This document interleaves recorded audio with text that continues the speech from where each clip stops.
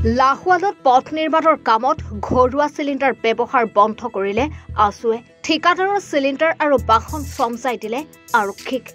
ডিব্ৰুগড় জিলাৰ লাহোৱালত আছু আৰু নীতি বহিৰ্ভূতভাৱে কাম কৰা ঠিকাদাৰৰ মাজত সংঘাত। এই চিলিণ্ডাৰটো তাত লগাইছে কামত লগাই কিমান দিনৰ পৰা লগাই আছে? মইতো নতুন আহিছোঁ, মোৰ 1.5 মাহ হৈছে অহা। ডেৰ মাহত আপুনি এই চিলিণ্ডাৰটো আমাৰ ইয়াত 5 দিন 4 দিন হৈছে আজিলৈ কামত অহা। 4 দিন আপোনালোকে বৰ্তমান এতিয়া চলাই কোন হয় মালিক? ৰাজীৱ। ঘটনা অনুসৰি নিজ লাহোৱালত গড়কাপ্তানি পথৰ কাম কৰিছিল এজন ঠিকাদাৰ কৰ্মচাৰী দলে। কিন্তু পথৰ মাৰ্কিঙৰ কাম কৰি থকা অৱস্থাত ঘৰুৱা চিলিণ্ডাৰ ব্যৱহাৰ কৰা প্ৰত্যক্ষ কৰাত লাহোৱাল আছুৰ বিষয়ববীয়াসকলে বাধা আৰোপ কৰে। ইয়াৰ পাছতে ঠিকাদাৰে আছু কৰ্মীক ভয় ভাবুকি প্ৰদান কৰাৰ অভিযোগ উত্থাপিত হৈছে। এনে পৰিস্থিতিৰ সৃষ্টি হোৱাত লাহোৱাল আছুৱে কামত নিয়োজিত বাহন চিলিণ্ডাৰ সকলো জব্দ কৰি লাহোৱাল আৰক্ষীক চমজাই দিয়ে। এই ঘটনাৰ তদন্ত নোহোৱাৰ পৰ্যন্ত কাম কৰিবলৈ নিদিয়াৰ হুংকাৰ লাহোৱাল আছুৰ। আচলতে খুব পৰিতাপৰ বিষয়। মই ৰাতিপুৱা 9:30-10 মান বজাত মই ঘৰৰ পৰা ওলাই আহিছোঁ। ওলাই আহি দেখিছোঁ যে এখন গাড়ী আহি তাতে আমাৰ ঘৰৰ ফ্ৰণ্টতে কাম কিছুমান কৰি আছে। আচলতে তেখেতলোকে, মই সুধিলোঁ তেখেতলোকে আপোনালোকে কি কাম কৰিছে? তেখেতলোকে কৈছে যে আমি ইয়াতে মাৰ্কিঙৰ কিবা কাম কৰি আছোঁ বুলি কৈছে, যে ৰাস্তাটো মাৰ্কিঙৰ কাম কৰি আছে। ঠিক আছে, কাম কৰাত আমাৰ একো আপত্তি নাই, তেখেতে কাম কৰি আছে। তাতে মই সুধিলোঁ যে আপোনালোকে যে যে চিলিণ্ডাৰটো ব্যৱহাৰ কৰি আছে, এইটো আপোনালোকৰ কি কিবা চৰকাৰৰ ফালৰ পৰা কৰিব কৈছে নে কেনেকুৱা ধৰণৰ কি ক'লে? তেখেতলোকে কৈছে যে এইটো আমি নৰ্মেল আমি এইটো ইউজ কৰোঁৱে, মানে এইটো আমি নৰ্মেল আমি য'ত কাম কৰিছোঁ আমি এইটো চিলিণ্ডাৰ ইউজ কৰোঁ, বেলেগ আমি চিলিণ্ডাৰ এনেকৈ ইউজ কৰি নাই কৰা, মানে যিহেতু এইটো সস্তাত হৈ যায় বুলি কৈছে।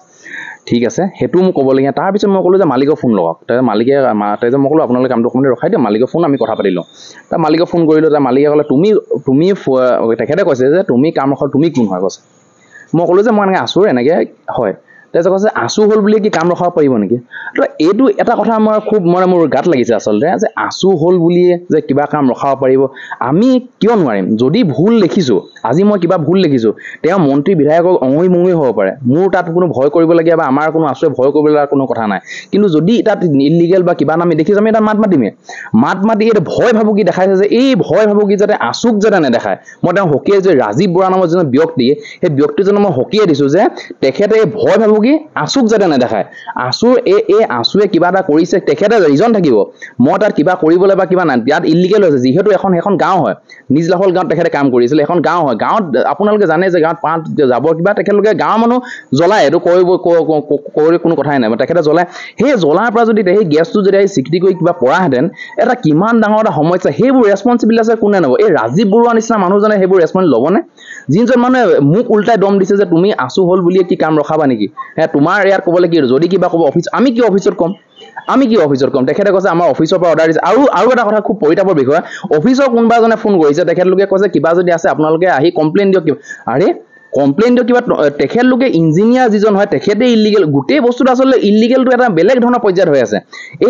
এই ঠিকাদাৰ লেভেলত বা এনেকুৱা লেভেলত নাই, এটা ইঞ্জিনিয়াৰ লেভেললৈকে এইটো ইলিগেল হৈ আছে। আমি ইয়াৰ চক্ৰ বিষয়াকো অনুৰোধ কৰিছোঁ যে এনেকুৱাবোৰৰ যি ক্ষেত্ৰত আপোনালোকে মাত মাতিব লাগিব। আপোনালোকে যদি মন্ত্ৰী MLA যদি ভয়ত যদি আমি গম পাইছোঁ যে বিভিন্ন মন্ত্ৰী MLA ফোন আহিছে, কিবা কৰিছে বোলে, হ'ব বোলে গেছটো চেঞ্জ কৰিব, কিনো ডাঙৰ কথা? আৰে কি ডাঙৰ কথা? কিয় ডাঙৰ কথা নহয় বাৰু? এইটো মই চাবলৈ গ'লে এটা চিলিণ্ডাৰ যদি জুই লাগিছে, যদি কেনেবাকৈ জুই লাগিছে, সেই গাঁও অঞ্চলৰ সিহঁতে খাটি খোৱা মানুহখিনিয়ে তেখেতে ৰেছপনচিবিলিটি কোনে ল'ব? আচলতে তেখেতে কাম কৰিব, কৰি মেলি ওলাই যাব, কিন্তু তেখেতৰ টোটেলি ৰেছপনচিবিলিটি কোনে ল'ব? আৰু আমি এই 2-3 দিনৰ আগৰ কথা আমি দেখিছোঁ, এয়াৰপৰ্টত এনেকুৱা ধৰণৰ কাণ্ড হৈ গৈছে। আমি এইবোৰ ক্ষেত্ৰত আমি চক্ৰ বিষয়ে অনুৰোধ জনাইছোঁ যে এনেকুৱাবোৰ ক্ষেত্ৰত যদি আমি মাত নামাতি কোনে মাত মাতিব? আৰু যদি মাত মানে আমাক কিন্তু দমন কৰিবলৈ চেষ্টা নকৰিব। এইটো আমি একদম সকীয়াই দিছোঁ আছুৰ পৰা, আমাক যে দমন কৰিবলৈ চেষ্টা নকৰিব। আৰু যদি কৰে, যদি আমি 2-3 বাৰ যদি কৰে, কিন্তু আমি আন্দোলনৰ সৃষ্টি কৰিম। ইয়াত কিন্তু তীব্ৰ আন্দোলন হ'ব। এনেকুৱাবোৰ ক্ষেত্ৰত আমি কোনো পধ্যে আমি ইয়াত সহযোগ নকৰোঁ। এই আন্দোলন হ'ব। কিন্তু যদি তেখেতলোক আমি অনুৰোধ জনাইছোঁ যে অনাগত দিনবোৰত কিন্তু এনেকুৱা ধৰণৰ কাম নকৰিব। আৰু যে ৰাজীৱ বৰা নামৰ যিজন ব্যক্তি, তেওঁ যে এই দম্ভালি মাৰি কিছুমান কথা কৈছে যে মোৰ মন্ত্ৰী MLA চিনাকি আছে কিবা, এই যে ক'লে ৰাজীৱ বৰা নামৰ ব্যক্তিজনক কিন্তু অতি সোনকালে যি কাম দিছে কিন্তু সেইটো কাম বন্ধ কৰিব লাগিব। আৰু যদি বন্ধ নকৰে কিন্তু ইয়াত তীব্ৰ প্ৰতিবাদ হ'ব। ডিব্ৰুগড়ৰ পৰা আতিকুৰ ৰহমানৰ ৰিপৰ্ট, এনি ভাৰত 24। নমস্কাৰ, মই অজয় ফুকন আৰু এইখিনিতে সমূহ এনি ভাৰত চেনেলটোৰ যিসকল কৰ্মকৰ্তা আছে সকলোৰে মোৰ ফালৰ পৰা শুভেচ্ছা জ্ঞাপন কৰিছোঁ।